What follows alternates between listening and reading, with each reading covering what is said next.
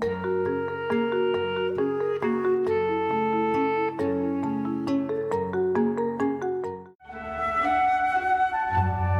les chrétiens, les évangiles sont les textes les plus importants de la Bible.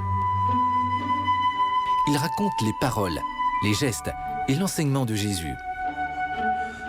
Il y a 4 évangiles dont chacun a un auteur différent. Matthieu, Marc, Luc et Jean. En Jésus, ces derniers ont reconnu le Messie attendu depuis longtemps par le peuple d'Israël. À la lumière de la bonne nouvelle de sa résurrection, ils ont chacun écrit à leur manière la vie de Jésus. Ils ont rédigé leurs évangiles comme un témoignage pour faire connaître le Fils de Dieu, en qui ils ont mis toute leur foi.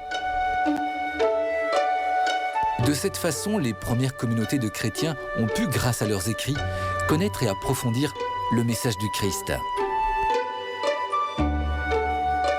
3 des évangiles sont écrits selon un même regard. Marc, Matthieu et Luc. On les appelle les évangiles synoptiques.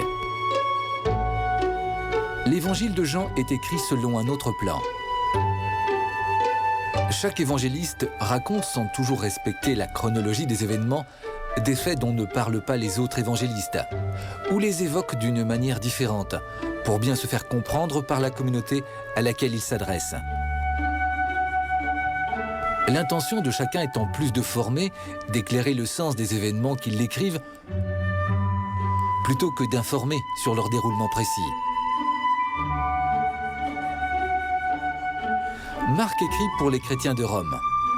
Matthieu écrit pour des païens et des juifs d'Antioche, convertis au christianisme. Il s'appuie beaucoup sur l'Ancien Testament. Luc écrit pour des païens devenus chrétiens qui ne connaissent pas l'Ancien Testament et la religion juive. Jean écrit pour des chrétiens qui ont déjà une foi profonde. Il propose une réflexion spirituelle sur l'incarnation de Dieu. Les évangiles sont des écrits narratifs et historiques, mais ils ne sont ni un reportage sur la vie de Jésus, ni une chronique de souvenirs. Ils sont d'abord un témoignage.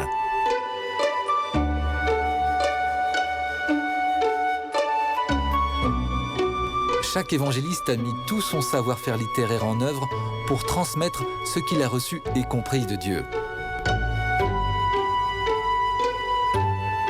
C'est pour cela que dans l'Évangile, la voix de Dieu se fait entendre à travers 4 voix humaines. Celles des évangélistes, dont les récits se complètent, mais peuvent aussi se contredire. Aussi, la vérité de Dieu est à chercher dans une confrontation de ces récits, qui conduit sans cesse à corriger les avis partiels et réducteurs du visage de Dieu.